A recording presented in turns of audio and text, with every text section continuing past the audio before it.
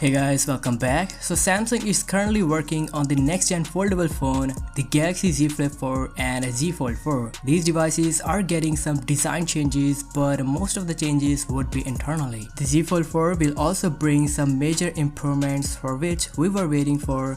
But before we move forward, I wanna say that if you haven't subscribed to this channel, make sure to subscribe to get more daily updates and give a like if you enjoy watching this video. So the foldable devices are getting popular over the time, where back in 2019, Samsung announced its first gen foldable smartphone, the Galaxy Fold, after which the demand of these devices are increasing every year, and according to a report, the foldable smartphone growth has increased 3 times more in 2021 compared to 2020, where now 10 times the growth is expected for this year, which means 2022. There is no shocker, Samsung will dominate this year with its Z Fold 4 and Z Flip 4, and Samsung is expected to hold at least 75% of the market share, which again is a big number because at this time other brands like Google, Oppo, Vivo, OnePlus are also planning to launch their foldable devices later this year. So it would be interesting to see how well they can perform against the Samsung's foldable phones. Last week we saw the first look of the Z Fold 4, which kinda looks pretty good in renders, and this time it might bring a boxy design from the side frame, and the inner display will house an under display camera with some major improvements. Means it will capture more light, which results in better low light and indoor selfies. In this concept, the bezels around the Z Fold 4 aren't that much thick, so the design looks pretty sharp. Moreover, the one change you will notice in the device is the rear camera module. The concept design shows a separate camera module without any housing like we have on the S22 Ultra right now. There is a side mounted fingerprint scanner, and the backside of the phone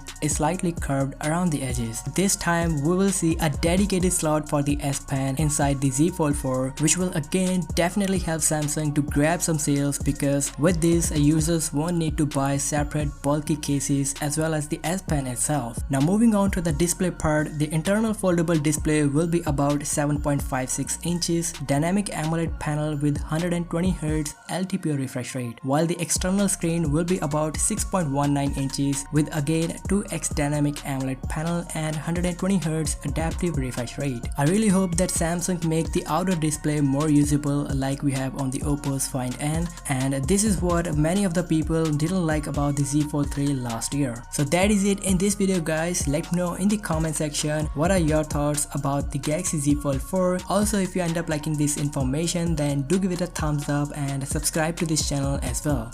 I'll catch you in the next one. Till then, peace out.